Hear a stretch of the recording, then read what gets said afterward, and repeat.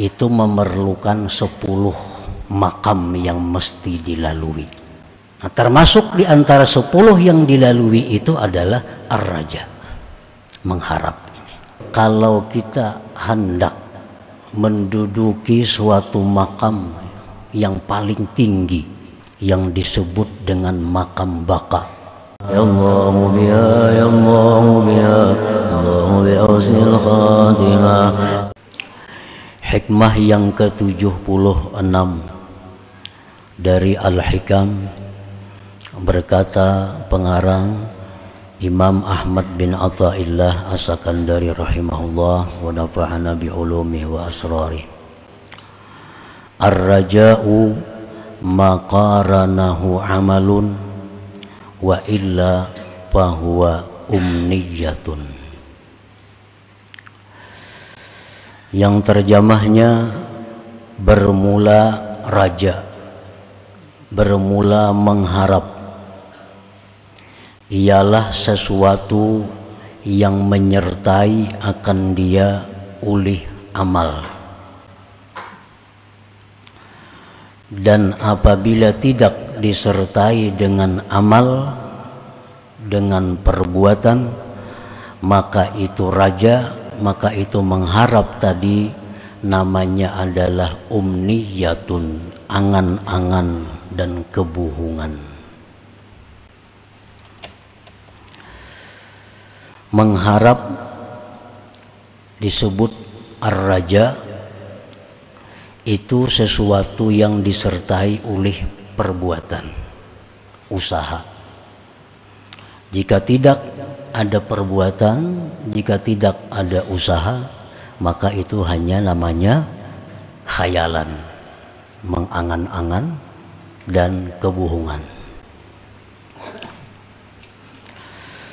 Qala ba'dul ulama ar-raja'u ta'alluqul qalbi bimatmu'in yahsulu bil mustaqbal ma'al akhdhi bil amalil muhassililah.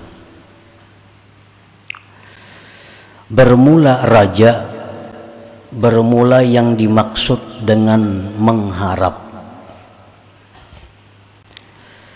ialah bergantungnya hati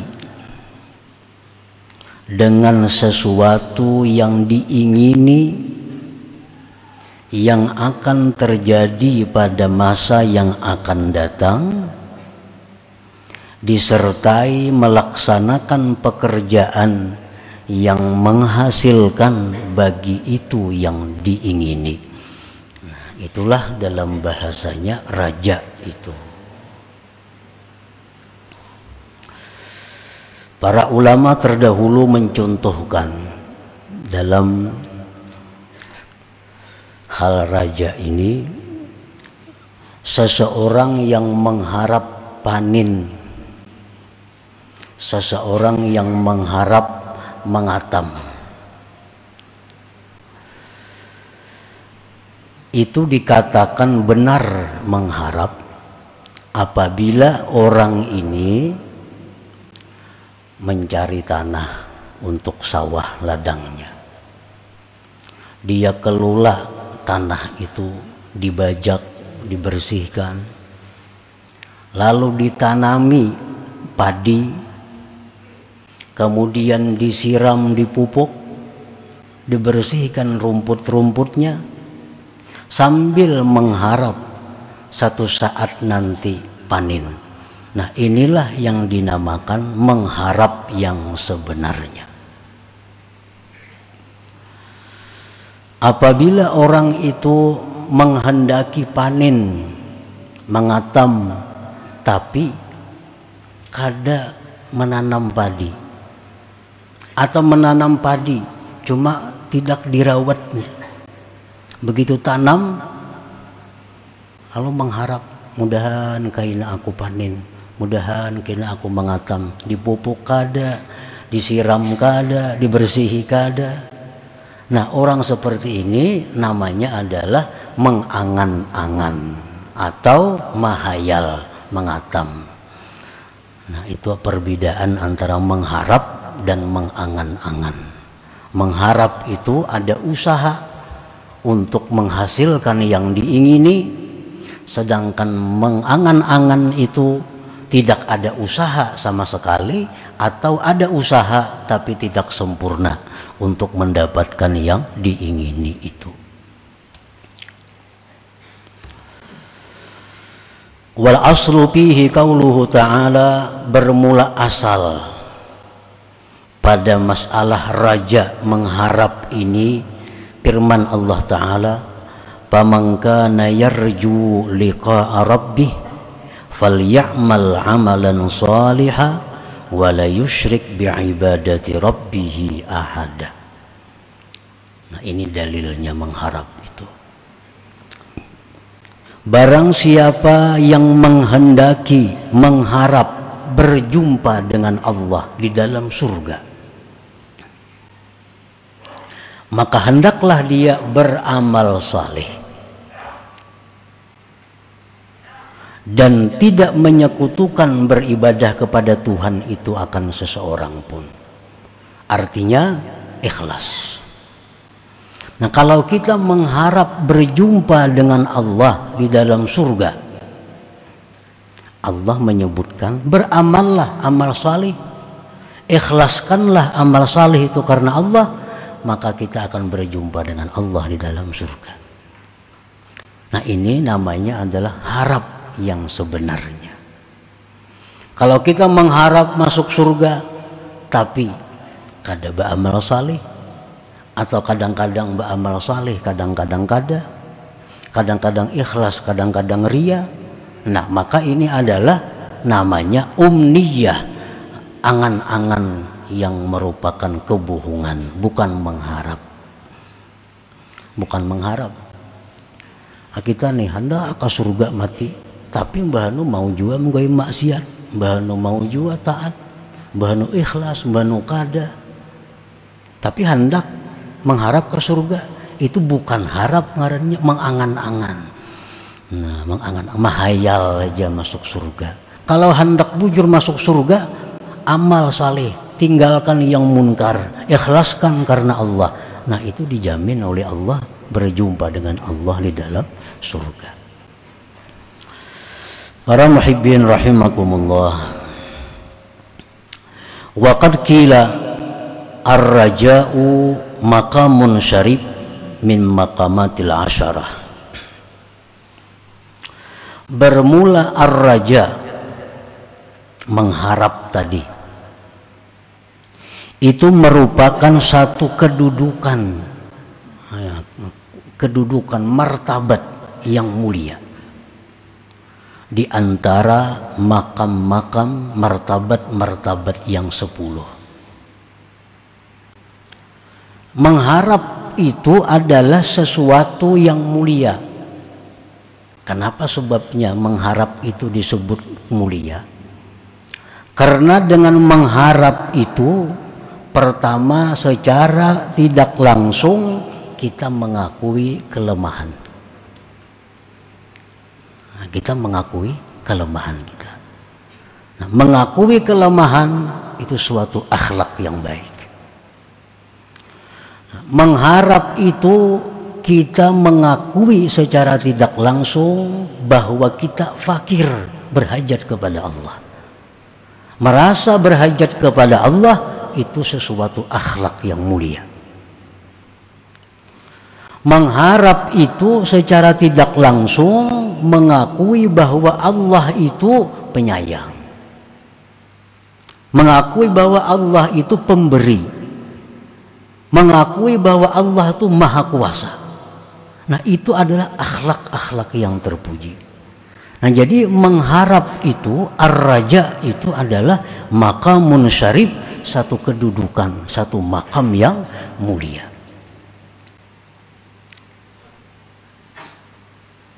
Min maqamatil asyarah, daripada 10 makam, 10 kedudukan. Imam Al-Habib Abdullah Al-Idrus Al-Akbar mengatakan, ujar beliau, kalau kita hendak menduduki suatu makam yang paling tinggi, yang disebut dengan makam baka. Itu memerlukan 10 makam yang mesti dilalui. Nah, termasuk di antara 10 yang dilalui itu adalah ar-raja, mengharap ini. Jadi kita kada bisa duduk di suatu makam yang disebut dengan makam baka kecuali melalui yang 10 ini. Makam baka itu makam puncak seorang hamba Allah, di mana seseorang hamba Allah yang duduk di makam baka itu adalah orang tersebut tidak terdinding daripada Allah begitu melihat, tidak terdinding daripada Khalik begitu melihat makhluk, dan tidak terdinding kepada makhluk begitu melihat Khalik. Nah, ini makam yang paling tinggi. Kalau dia melihat makhluk, tidak terdinding Khaliknya, penciptanya. Kalau dia musyahadah kepada Khalik Tuhannya, tidak terdinding melihat makhluk ciptaannya. Nah, ini makam puncak yang hanya bisa didapat kalau kita melalui 10 makam ini, termasuk makam raja mengharap ini yang mesti dilalui. Kalau makam pana itu cukup 9 makam dilalui. Kada usah 10, cukup 9 makam. Karena fana itu adalah orang yang musyahadah kepada Allah, orang yang menyaksikan Allah tapi tidak melihat lagi makhluk. Nah, ini makam pana, di bawah daripada makam baka. Nah, untuk mendapatkan makam pana ini mesti 9 yang dilalui, kalau sampai 10. Nah, dalam 9 itu pun termasuk juga raja ini, mengharap ini.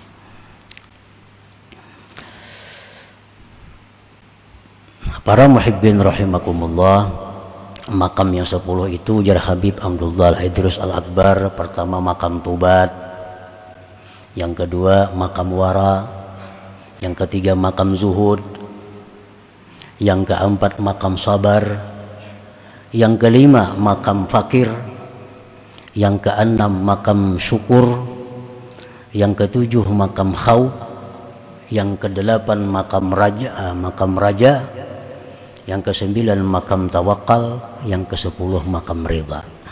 Nah, jadi raja ini termasuk yang nomor 8 yang mesti dilalui oleh setiap orang yang ingin mencapai kedudukan tinggi di sisi Allah Subhanahu wa ta'ala. Wa huwa yab'asu 'alal ijtihad fil a'mal. Raja itu, mengharap itu, mendorong atas bersungguh-sungguh pada beramal. Nah, gunanya raja ini adalah, gunanya mengharap ini adalah untuk membangkitkan kita, memperbanyak amal ibadah kepada Allah. Para ulama menyebutkan raja ini, mengharap ini seperti sayap burung. Seperti sayap.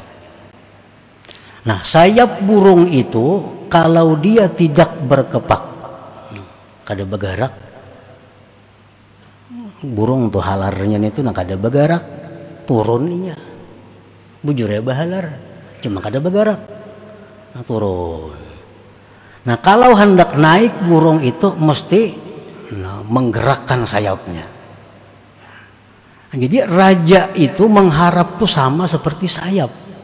Kalau ingin naik mesti berusaha, karena raja ini membangkitkan amalan-amalan, membangkitkan kesungguhan, kerajinan dalam beribadah kepada Allah Subhanahu wa ta'ala.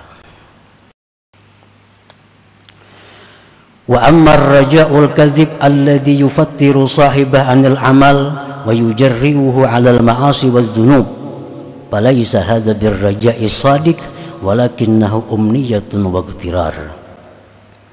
Adapun raja yang dusta, nah, mengharap yang dusta, itu adalah sesuatu yang membuat lemah daripada beramal, yang menambah keberanian maksiat dan berbuat dosa. Ini namanya adalah ar-raja'ul kadzib. Nah, ini mengharap yang bohong, yang dusta. Nya mengetahui Allah Ta'ala itu penyayang, Allah Ta'ala itu pemurah, Allah Ta'ala pemaaf. Lalu dia berharap dimaafi Allah, berharap disayangi Allah, tapi menambah keberaniannya berbuat dosa. Berbuat dosa. Allah tuh penyayang juga. Kenapa kita minta ampun, diampuninya aja. Berbuatlah maksiat. Kada sebanyak-banyak beramal nang wajibnya gini. Karena Tuhan tuh menampakkan rahmatnya di akhirat, semuaan kita ke surga. Apalagi syafaat Nabi ada. Nah, raja ini ngarannya raja yang dusta, yang membuat kita malas, membuat kita berani melakukan dosa. Itu bukan raja, bukan mengharap, tapi itu adalah merupakan kebohongan dan ketertipuan dia dengan Allah Subhanahu wa Ta'ala. Kan banyak di antara kita yang merasa bahwa Tuhan itu maha pengampun, Tuhan itu maha penyayang, Tuhan itu maha segala-galanya, sifat-sifat indahnya. Lalu kita berani melakukan dosa dengan berharap karena diampuni Allah. Nah, ini adalah sesuatu yang disebut rajaun kadzib, raja yang bohong. Itu kalau ada manfaatnya, bahkan kesesatan, ketertipuan dengan Allah Subhanahu wa Ta'ala. Qala al-Imam al-Ghazali, fal abdu idza batha bidral iman biqalbihi wa saqahu bima'i ta'at wa tahhara al-qalba an syauqil akhlaqir radi'ah wa antazara min fadlillah tasbitahu ala dzalik ila al-maut wa husnil khatimah al-mubdiyati ila al-maghfirah kana intizaruhu raja'an hakikiyya. Imam Ghazali rahimahullah berkata, maka seorang hamba apabila dia menebarkan paung iman di dalam hatinya, nah dalam hatinya ada iman, ini modal iman, lalu iman yang dalam hati tadi dia siram, nah dia siram, dia pupuk dengan air taat, dan dia bersihkan hatinya dari duri-duri akhlak yang tercela, dan dia menunggu anugerah Allah ditetapkan atas yang demikian sampai mati, dan husnul khatimah yang membawa kepada ampunan, maka penantiannya itu disebut adalah raja yang sebenarnya, mengharap yang sebenarnya. Artinya orang ini imannya ada, imannya itu dipupuknya dengan taat, dipupuknya dengan taat, hatinya dibersihkan dari duri-duri, rumput-rumput akhlak yang tercela, dan dia menunggu anugerah Allah agar tetap yang demikian itu sampai mati, husnul khatimah. Nah, maka penantiannya itu disebut adalah rajaan hakikiyah, mengharap yang sebenarnya. Itu bujur-bujur mengharap ngarannya. Summa qal wa in qata'a an bidril iman ta'ahudahu bima'it ta'at aw tarakal qalba mashhunan biraza'idil akhlaq wanhamaka fi talabil lazzati dunyawiyah summa intazara al-maghfirah pantizaruhu humkun wa gutirar. Kemudian berkata Imam Ghazali, jika dia memutus dari paung iman itu pemeliharaannya dengan air taat, iman ada tapi kada disiram dengan air taat, iman ada tapi sembahyang kada, atau kadang-kadang sembahyang, kadang-kadang berbuat baik, kadang-kadang buat maksiat. atau dia tinggalkan hatinya itu dipenuhi dengan akhlak-akhlak yang tercela, dan dia tenggelam pada mencari kelezatan dunia, kemudian dia mengharapkan ampunan Allah, maka penantiannya itu adalah satu kebodohan dan ketertipuan. Ini beriman aja orangnya ada iman. Nah, tapi masih labil. Labil bahasa kita angin-anginan. Kemana angin membawa?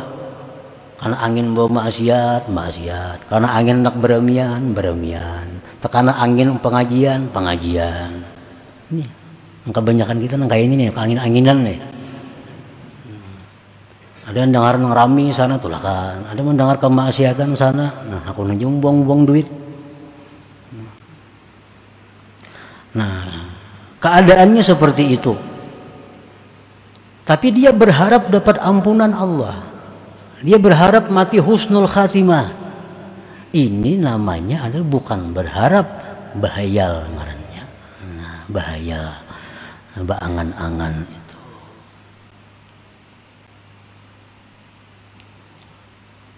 Pantidharuhum kun wa ghtirar. Maka penantiannya itu kebodohan dan tertipu. Nang diharapnya itu kada akan tercapai. Kenapa? Karena dia kada berbuat hal-hal yang menghasilkan untuk ampunan itu.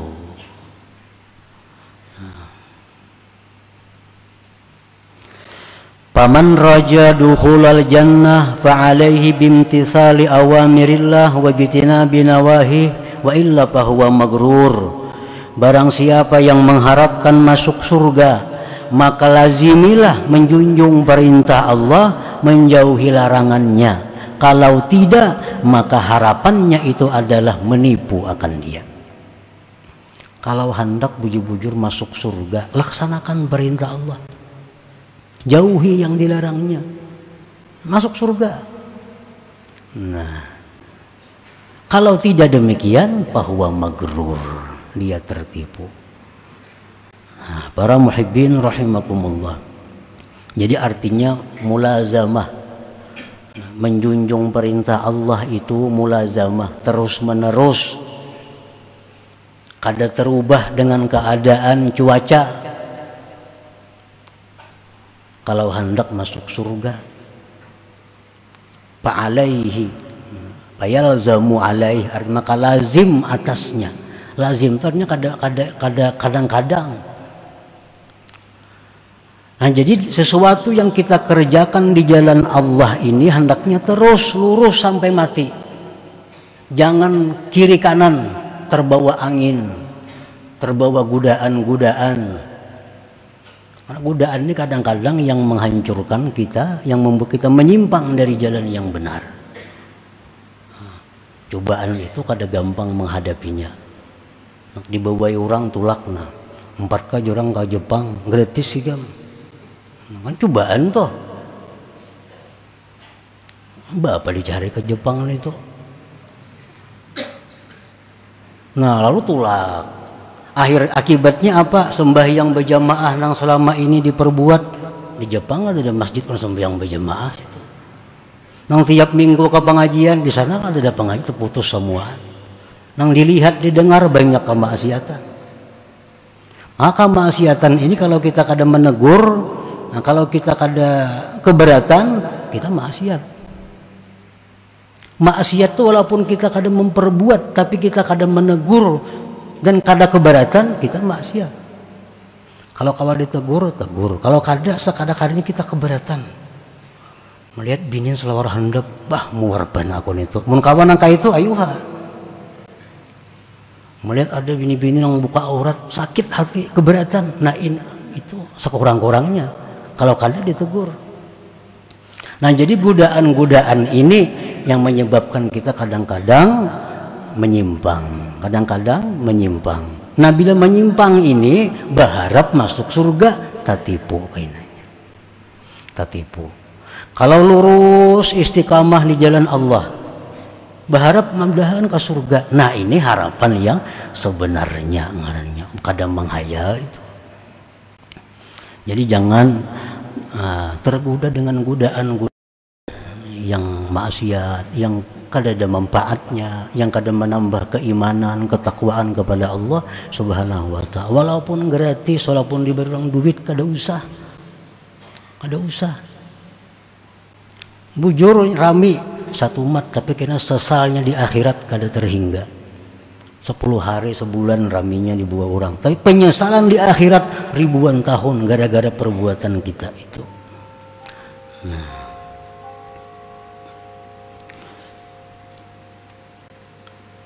jadi jangan menyayangkan itu. Sayangnya kalau dia kesempatan pula gratis. Jangan sayang itunya. Yang kita sayangkan diri kita menyesali itu beberapa ribu tahun di akhirat. Itu yang mesti kita jaga, bukan yang seapa hadiah orang, pemberian orang itu kada perlu disesali berapa ada itu.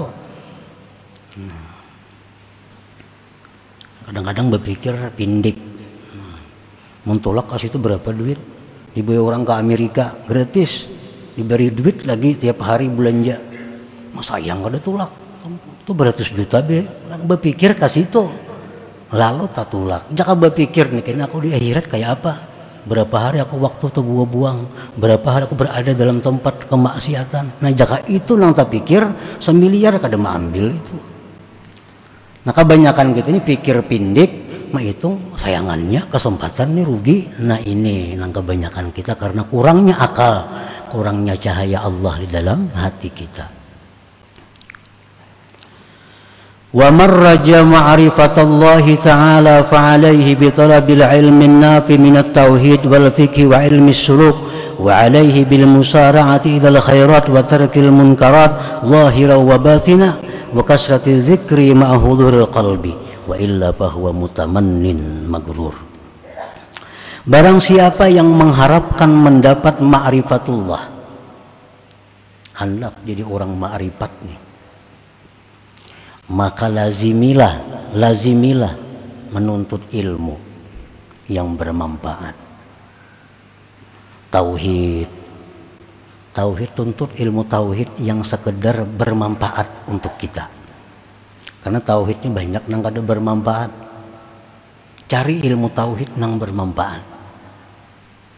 Artinya untuk ukuran kita ada ilmu-ilmu tauhid itu yang justru membahayakan kita. Nah, cari nang kada usah bahaya, nang bermanfaat. Fikih, cari fikih nang bermanfaat. Fikih bermanfaat apa? Fikih yang untuk amaliyah sehari-hari kita. Kalau kita kada jadi hakim, kada perlu belajar bab pembunuhan dalam fikih, kada perlu. Kalau kita kada jadi hakim, kada jadi pangulo, kada bakal hendak kawin, kada perlu belajar bab nikah.